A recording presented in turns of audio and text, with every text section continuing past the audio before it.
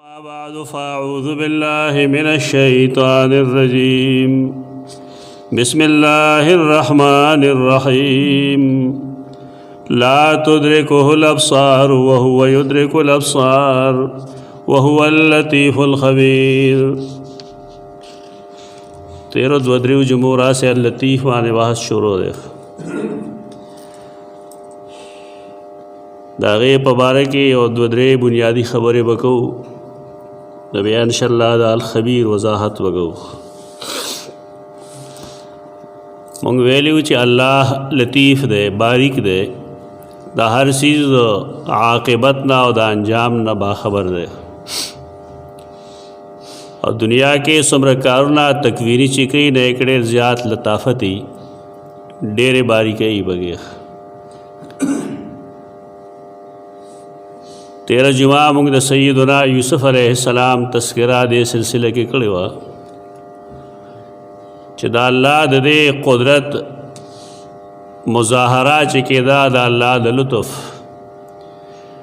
न बज़ाहिरी उसी संग रवानो लेकिन अल्लाह पैकम खैर ये खो बेहतरी पके ये खवा इन्न मअल उसरि युसरा दहरे आसानतिया सरा दहरे तंगसिया सरा आसानतिया हुमी दा अल्लाह द लताफ़त मज़ाहिर दी दुनिया के ढेर शीर मसलन हवा दा उबदी ओर दे जन्नात दी मलाइक दी दा टोल लतीफ़ अजसाम दी वो सुमर लतीफ़ दी उबो सुमर लताफ़त और नरमी दा पगीख लेकिन चिकल तूफ़ान राशि नव्या सही मामला बिल्कुल बदल ही हवाए और लतीफ़ ज़ैर हर जै के समावी हर जै के नौजी देर लतीफ़ देर कमज़ोर है लेकिन तूफ़ान चराशी ना लतीफ़ चीज़ देर मजबूत शी आगा बिया बस्ते मिटो की बिल्कुल आद समूद बांधे अल्लाह अमदा हवागा ने मुसल्लत करे दारेंगे जन्नात अगेकम लताफ़त मौजूद दे ज़का अखकारी नख और ज़का तेज़ रफ्तार दी मलाइकों के ढेर ज़्यादा लताफ़त दे दादा अल्लाह दा लुत्फ़ दागद लतीफ़ के दलो मज़ाहिर दी खई मुगदा चे अल्लाह संग लतीफ़ थे यो सड़े कखपल सही अकल द शरीयत रणा के उजंग गई नो पदे बपोशी चे द कायनात प मुख्तलिफ़ सीज़नों के मुख्तलिफ़ मखलूक़ातों के दा अल्लाह द लताफ़त अंदाज़ लगी दिश आग़ाज़ात प पखपल सुमरा लतीफ़ दे अल खबीर सरा अल लतीफ़ सरा उदारेंगे अल खबीर सरा कुरान मुख्तलिफ़ ज़ैनों के मुख्तलिफ़ अस्माए उज़े गई दलता अल लतीफ़ अल खबीर दे कला अल अलीम अल खबीर वही कला अल खबीर अल बसीर वही खबीर दाद खबर ना मुश्तक़ दे इसम मुश्तक़ी खे बेरे दे रूट दे खबीर खबर मुखबिर अखबार दाटोल द खे बेरे न उतली अल्फाज थी पुख्तो उर्दू की चिकम खबर दे न अरबी के हम दग खबर दे पदग माने इस्तेमाली डेर दा से अल्फाज भी दनोर जुबो चा बज़ाहिर अरबी भी लेकिन नूर जुबो की अगद अरबी द क़ैदे कानून मुताबिक न इस्तेमाली लका पुख्तो उर्दू की जुल्म हमेशा द ज़्यादती पमाने इस्तेमाली लेकिन द कुरान पढ़ना के जुल्म कल कमी तो हुई और कल ज़्यादती तो हुई बल्कि बाद खुदा से अल्फाज दी चिदागे माना उर्दू पुख्तों के बदलदा और वह के बिल्कुल जुदाई पाए कि यो लफ्स वसीला दे وسیله د پښتو د اردو ذریعے ته وایي، سبب ته وایي، لیکن قرآن مجید کې وسیله د قرب په معنی استعمالیږي.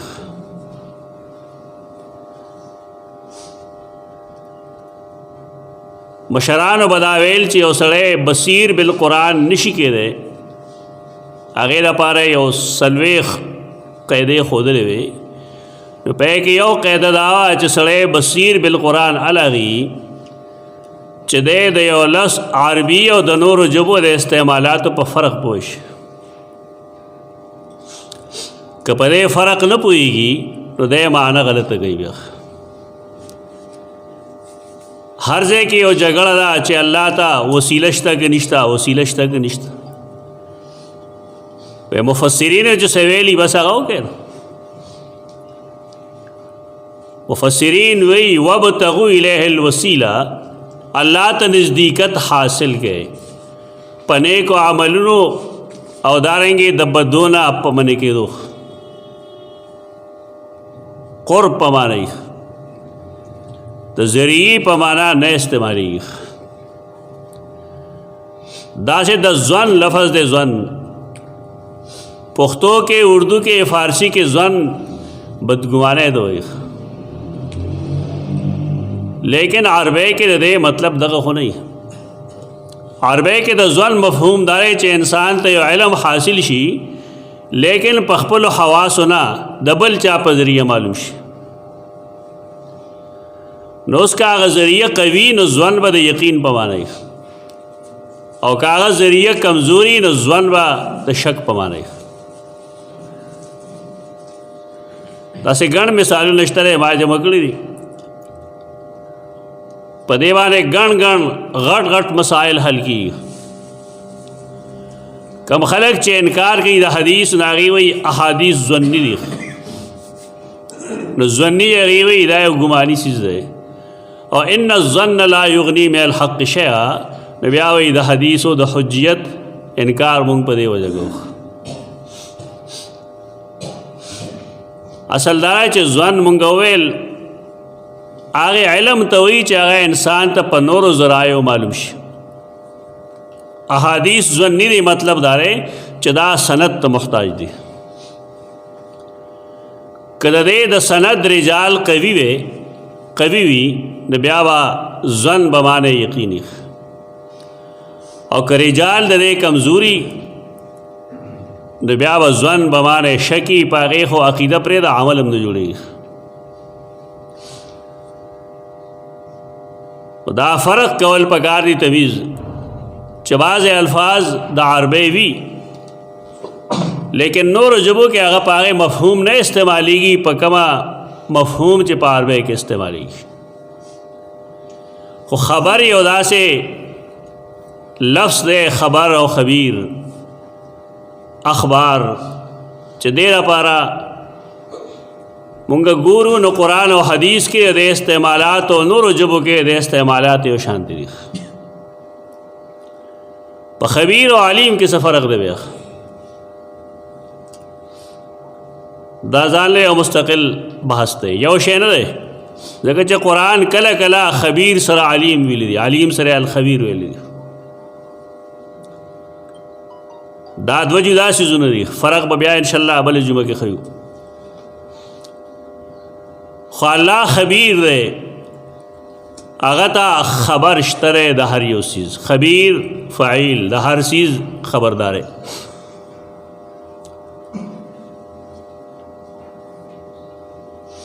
که کائنات موجود ہو نوم اللہ خبیر ہو، اور کہ کائنات نو موجود نوم اللہ خبیر ہو.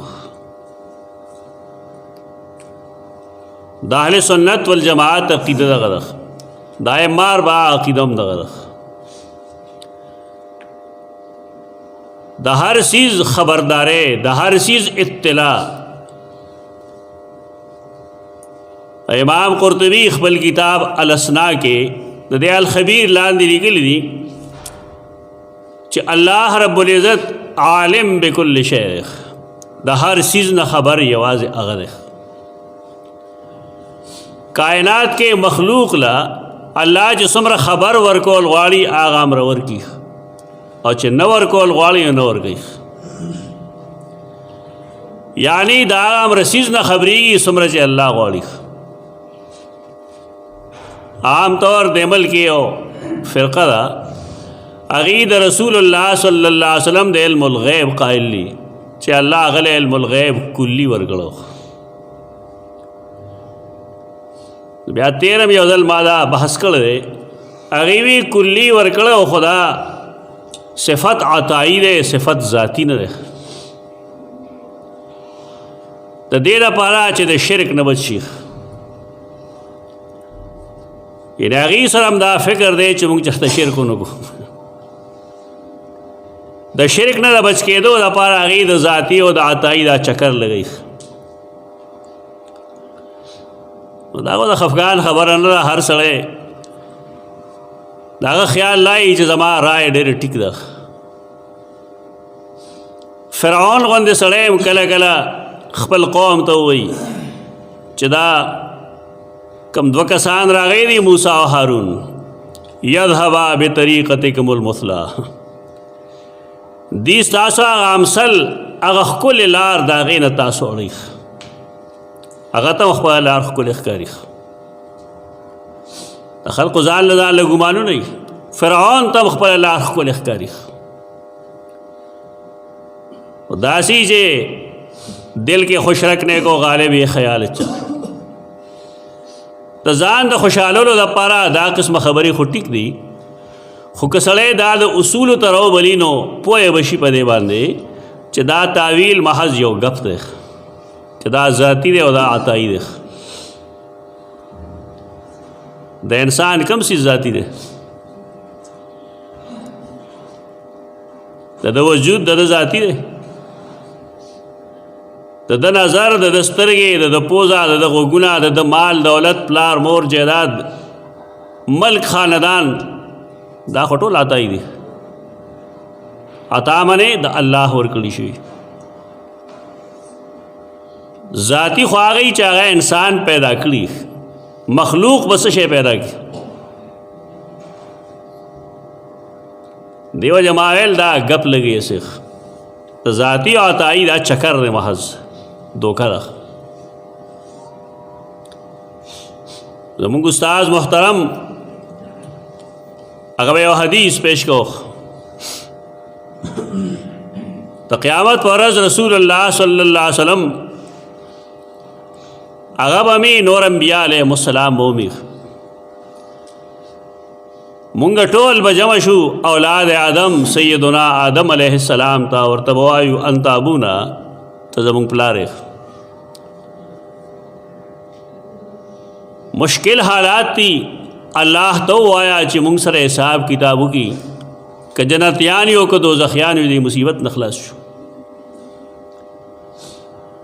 آدم علیه السلام به جواب کې ووایي لست بذاک زه داسې نه یم نشم کولی. وما اخرجکم من الجنة الا ذنب ابیکم دا خو زما یو خطا وه چې د هغې په وجه باندې تاسو جنت راوتېښ. دا عاجزي ده ورنه ګناه نه و. قرآن کې موږ ثابتو او چې ګناه نه و. خو نیک سړي ته خپله وړه غلطي م لویه ښکاري. نیکان بندگان هغې ته وړه غلطي م لویه ښکاري. اجتهاد په بنا باندې آدم علیه السلام نه خطا شوې وه هغه غلطي نه وه او که نه الله معاف کړې وه. قرآن کې دا ټول تصریحات موجود دي لیکن د هغې باوجود هغه د خپلې خطا اقرار کوي. دا نیکانو طریقه یي چې خپل ځان کمزورې ګڼي. تدریجن به راځي اب ورته ابراهیم له لړ شي زما زوی ابراهیم له لړ شي. هغه د الله خلیل دی د الله دوست دی الله ته به خبر وکړي. چې کله انسانان هغه له لړ شي هغه ته به وایي ته د الله دوست نه هغه به وایي زه د الله دوست یم ورا ورا. دا عاجزي ښیي. د الله دوست خو اوپره اوپره دوست یم خو اوپره دوست نه دی. او خپله ښځه د الله د رضا لپاره یو شاړ میدان کې پرېښې ده. خپل زوی په یو شاړ میدان کې پرېښی دی. زوی حلال کړی دی پلار شړلې دی د دین د وجې هغه ته شاته نه دي کتلي څومره مشقتونه هغه برداشت کړي لیکن هغه وایي ما پورا حق نه دی ادا کړی دا الله دوست هم خو ورا اوپره هم دا عاجزي ده ورنه ابراهیم اخو دی خلیل الله او هغه ابو الانبیاء دی او قرآن دا هغه نوم چې اخلي نو فرمایي هغه هو سماکم المسلمین هغه ستاسو نوم مسلمان یې خیر حکم دے اتبعوا ملت ابراہیم ملت ابراہیمی پسې روان شه دا داغه لوړه درجه ده لیکن داغه باوجود غزان کمزوري غني تدریجاً خبره براشي رسول الله صلی الله علیه وسلم رسول الله صلی الله علیه وسلم فرمایي زبد الله نا د یو 2 رکعاتونو اجازت غواړم دا الله دربار داسې نه دی چار څوک دې پکې خبره کوي او هر څوک دې بغیر د تپوس نه او بغیر د اذن نه شفاعت کوي سفارش څوک نشي کولی الا باذنه سیدتو آیت فی القرآن قرآن مجید چې کوم سید آیت آیت الکرسی په کې شته دی من ذا الذی یشفع عنده الا باذنه دا الله د اذن نه بغیر قیامت کې څوک خبره نشي کولی دنیا کې هر څوک کولی شي او هر څه وایي څوک د الله د وجود نه منکري څوک هغه شریکان ګوري خو له ژبه نه بندوي ورې دنیا کې ابتلا راکوه چې څه کوي آخرت کې چې لاړ شي نه بیا وټت نشي کولی من ذا الذی یشفع عنده الا باذنه د اذن الهی نه بغیر څوک خبره نشي کولی په دې وجه رسول الله صلی الله علیه وسلم نشي کولی زبا اذن غواړم اجازت غواړم د 2 رکعتونو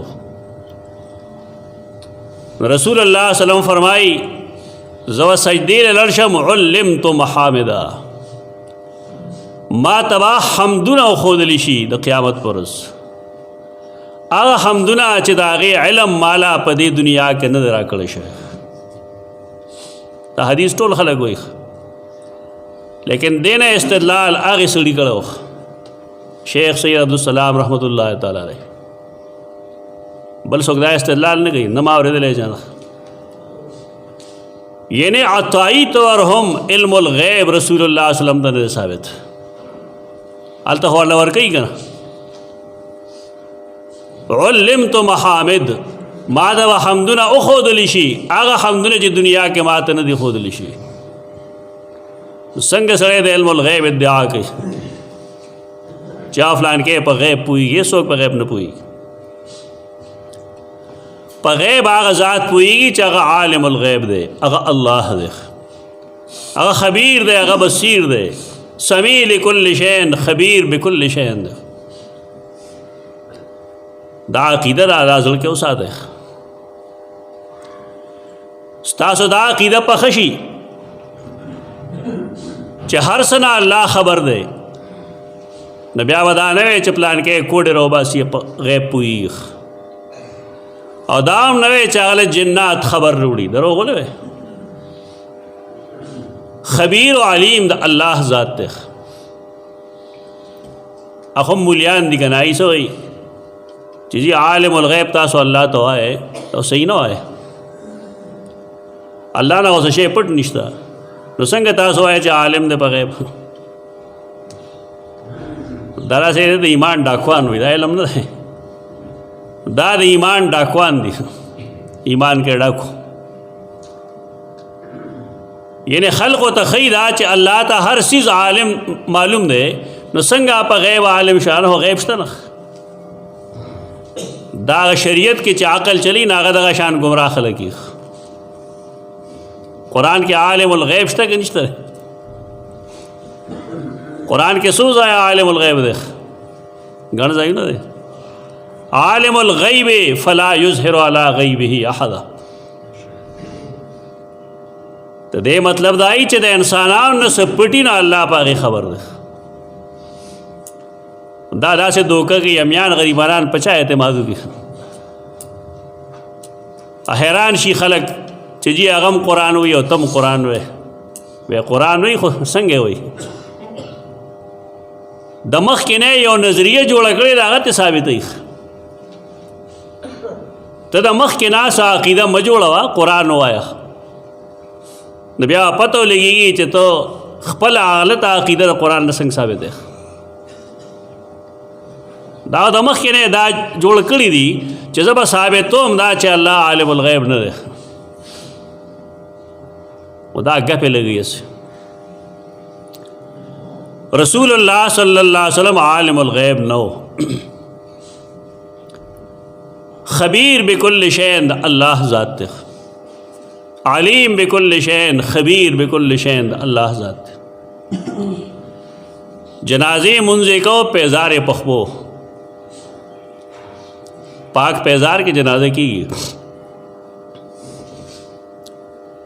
یو داغه عام طریقه ده، عام طریقه داغه دادا چا پیزار وباسي. لیکن دا ندی ویل پکار چې په پیزار کې جنازه نه کیږي. دا نوې مذهب دی، دا نوې مذهب دی، نه نوې دین دی.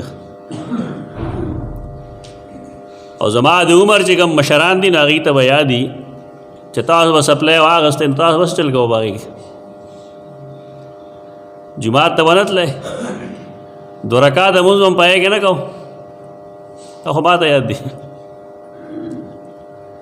دې ټولو مشرانو چې به نوی پیزار واغست د جماعت ته به یې وړو، په هغې کې به 2 رکعاته لمونځ کوو د دې لپاره چې دا برکتي شي. پیزار کې ولې لمونځ نه کېږي؟ څه چل به مونځ خو به هغې نه کېږي چې پلیتي، مونځ به پکې هغې نه کېږي چې کې ګند لګېدلی. او چې په هغې کې ګند نه یې لګېدی نو مونځ پکې ولې نه کېږي؟ څه سبب دی؟ د څرمنې موزې خلک اغوندي، په هغې کې مونځ کېږي. د پلاسټک جرابې اچوي، په هغې کې مونځ کېږي. د پلاسټک په بوټانو کې جنازې مونځ نه کېږي. الله دې رحم وکړي زموږ په حال باندې. دومره جهالت ته ورغلي دي غریبانان. یو ځای به ازغي نو دې څه وایي خلکو ته کیړی وباسئ د پاسه یې په خپې کې ده. دې دواړو څیزونو کې څه فرق دی؟ پیزار دې په خپو کړی دی یا د پیزار د پاسه د خپه کې ایښوده، د دې منځ کې فرق څه دی؟ ادب او بېادبي ورته هم ووایه. بیا به نبي کریم صلی الله علیه وسلم سره څه کوي؟ ولې بېادب و. یو عام سنتی، یو خاص سنتی رسول الله صلی الله علیه وسلم عام عادت د پیزار وباسلو دی په مونځ کې، په جنازه کې. لیکن کله کله داسې کړي دي بلا ضرورت، دې لپاره چې مسله واضح شي. دې کې ضرورت هم مه ورچوه، ادب پکې هم مه ورچوه.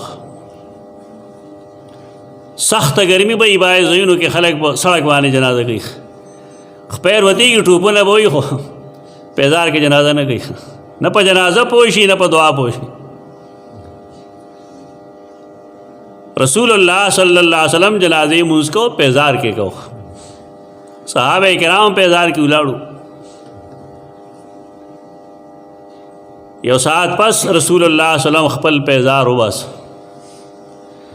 صحابه کرام هم قتل لاخو د رسول الله صلی الله علیه وسلم پتنګان دي، چا څه کوي نه کوي، چا څه وایي نه هغې کوي.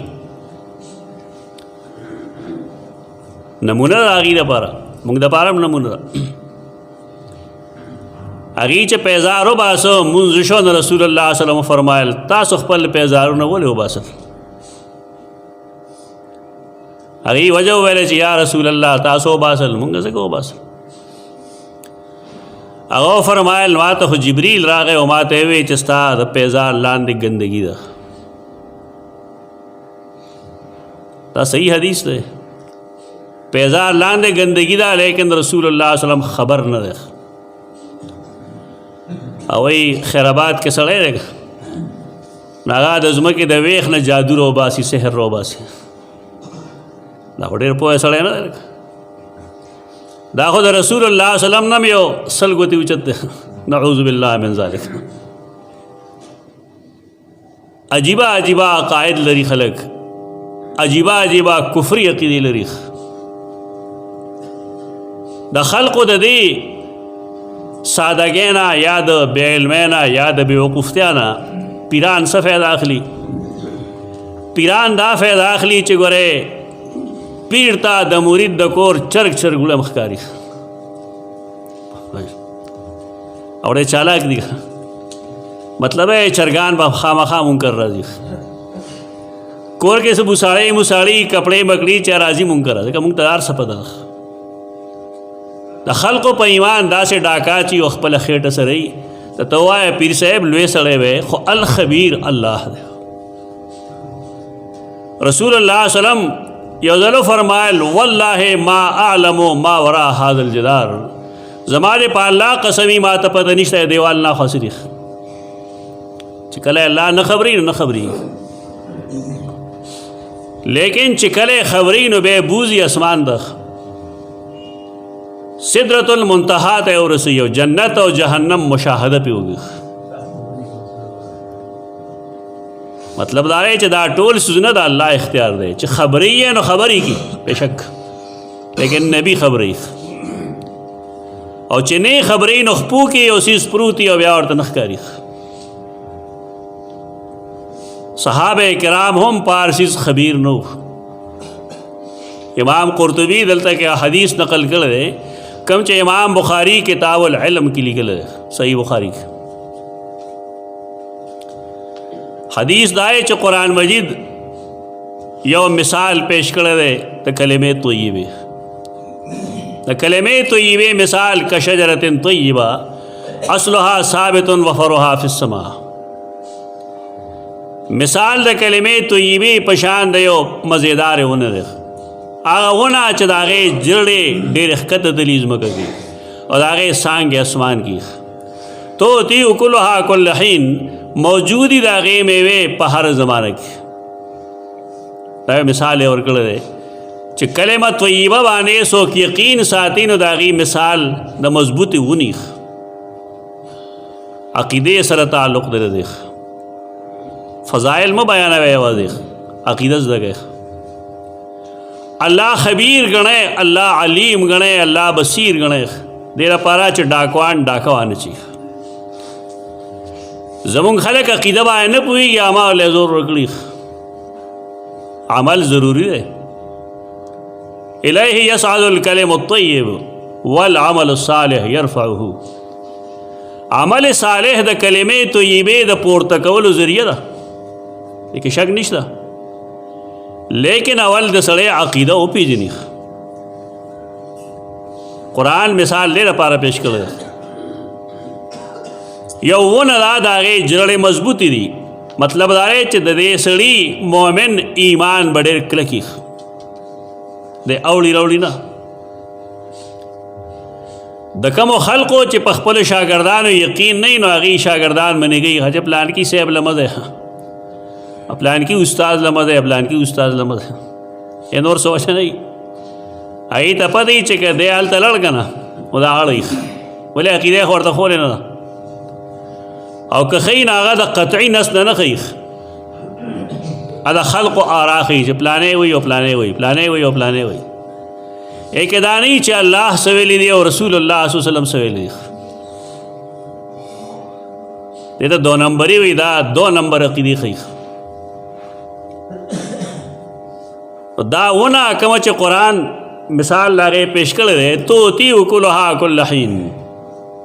یو خو دی فرع څانګې برختلي، اعمال نور برخیږي او د دې میوې په هر زمانه کې موجود وي. دا یو ونه ده. رسول الله صلی الله علیه وسلم به کله کله شاګردان امتحان اخیسته که نه. اوس چې شاګرد ته سبق وایه نه سبا نه راځي سبق له نالایقه مخلوق دی. استاد به ځان له پوره کال زارش نه کي که یو ورځ شاګرد ته وایي سبق اور ولږ یاره ډېر سخت سړی دی. نه هغه ګوري دا چې زما شاګرد ما له څه زده کړل، دا تش کدو ناست زما مخې ته. اکثر خلک کدوان یي، غوړ منګوي، خبره پې نه پې خبره اثر کوي، نه پوهېږي، نه زده کوي. دې وجه نه امام بخاری دا حدیث کتاب العلم کې لیکي او دې لپاره لیکي چې استاد له پکار دی چې کله کله د شاګردانو امتحان نخلی خدای ته ورته پیش کړي آیت څه مطلب دی دا کومه ونه ده نو صحابه کرام ټول به خبر دي سړی د علم ادعا نه کوي کنه نو که یو دولیشت سړی نه هغه به وایي چې ماله څومره قرآن راځي که نه نو دومره بل چا نه ورځي او یو رمضاني دره چې وکړي شیخ القرآني مشکات المصابیح چې وي هغه شیخ الحدیث شي انا لله و انا الیه راجعون دا دعوې مه کوئ دا ادعاءات دي ځان کمزورې ګڼئ صحابه کرام خبر نو ته دې یو مطلب داره چې هغې ته پته نشته دی پته والا هغې ته راځي چې یا ورته الله وښي او یا د الله نماینده سیدنا محمد مصطفی صلی الله علیه وسلم ورته وښي دا نه ده ضروري چې یو سړی لپاره خبره پوهېږي صحابه عالمان نو که نه هغه عالمانو لیکن ډېر عالمانی چې په ډېرو خبرو نه پوهېږي زموږ د خلکو هو طریقه دا چې دی په خپل استاذ کې د دنیا ټول کمالات تسلیموي دې ته غلو وایي غلو مه کوئ مشرانو کې ټیک ده لوی عالم وایي لیکن په هر چیز پویا د الله ذات دی د هر چیز نه باخبر الله دی طریقه دا چې کله دا مفتیان فتوا ورکړي که یا تپوس تیو کې نه هغې ورپسې یو جمله لیکي والله اعلم د دې مطلب دا دی چې زما سره کم علم او خو ما ولیکو اوس سوا علم الله ته دی په دې وجه بعد یو سره بالصواب هم ولیکي چې زما دا خبره ټیک ده که غلطه ده پکې امکان پرېږدي والله اعلم بالصواب لیکن زمونږ خلک هغه د قرآن ټکې ګڼي چې نه مفتی صاحب فتوا ورکړې ده که نه د دې خلاف نشي کېدی دا ډېر غلط انداز دی د مسلمانۍ انداز دا نه دی د مسلمانۍ انداز دا دی چې په هر څه خبیر الله دی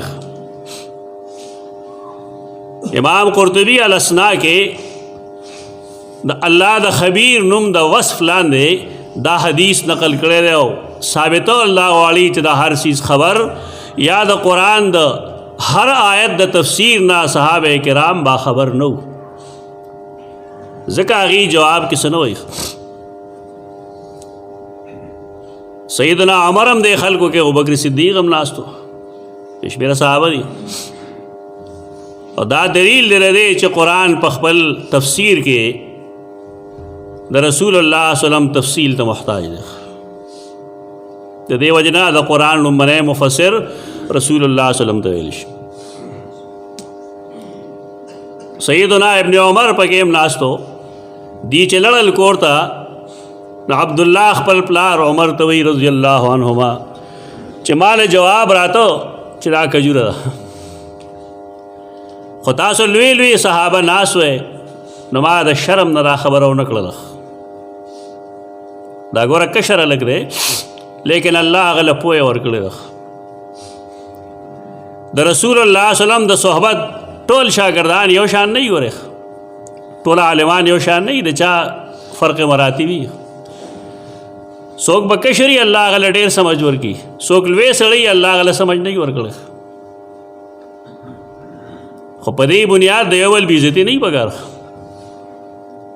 علم الله هر جاله د خپل رضا مطابق ورکوي کوشش ټول خلک کوي لیکن دا اللہ چې کم رضا ده نو هغه امر علم یو کس له ورکي په دې وجه دې خلکو کې لوی نه وي هغه الحمدلله وایي چې ښه ده الله ماله علم راکړی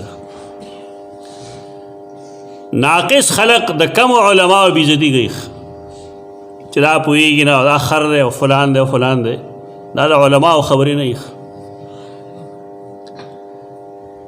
یو عالم له الله ډېر علم ورکو نالے پدے پوئے شی چې فوق کل ذی علم العلیم اور دے شکر ادا کی چې اللہ مالا پوئے را کړ ابن عمر چې خبرو کنه پلار ورته چې کتا نندا ویلې ولته کې کنه نو دا ما ته احب الی من کذا و کذا او من حمر النعم دا ما ته رسول خان نه ډېره غوره بخکاره شوی. یعنې صحابه کرام د قرآن په پویه باندې ډېر خوشحاله او زمونږ خلک د قرآن په جهل ډېر خوشحاله د دې بچی چې انګریزي ښه وایي نو دی خوشخان دی چې بچی مې انګریزي ډېره ښه وایي. څه چل به وشي؟ زمونږ انګریزي سره دښمني نشته دی، مونږ خپله خبر یو د انګریزي نه دشمنی نه کوو، لیکن دا زمونږ خلک چې کم ذهني غلامۍ کې مبتلا دی دا غلطه ده. پکار دا و دله قرآن ورتلی، د قرآن مجید تفسیر نه دی خبر ویښ، د رسول الله وسلم د احادیثو نه خبر ویښ. دا ذهني غلامۍ دي زمونږ د خلکو. هغه پلاران هغه میندې کوم ته چې مونږ صحابه کرام وایو د هغې خوشحالي د دین په سمجھ کې وه، او زمونږ خوشحالي په دې کې ده چې زما بچې فلانی کار کوي فلانی کار کوي فلانی کار کوي. تپوس ته کوي مسلمان هم دی سار مونځ کوي، دا نه چې ترقی دی نه کوي، الله دې ټول له ترقی ورکړي دنیایي، لیکن رستو د دې نه چې دی دې سوچه مسلمانان دي. تو بار کے صحابہ کرام پا ہر چیز خبردار نو، رسول اللہ صلی اللہ علیہ وسلم اغیل اطلاع ورکلا اغیل نرستو اغیل خبر شو. اقول قولی هذا استغفر اللہ لکم لسائر المسلمین.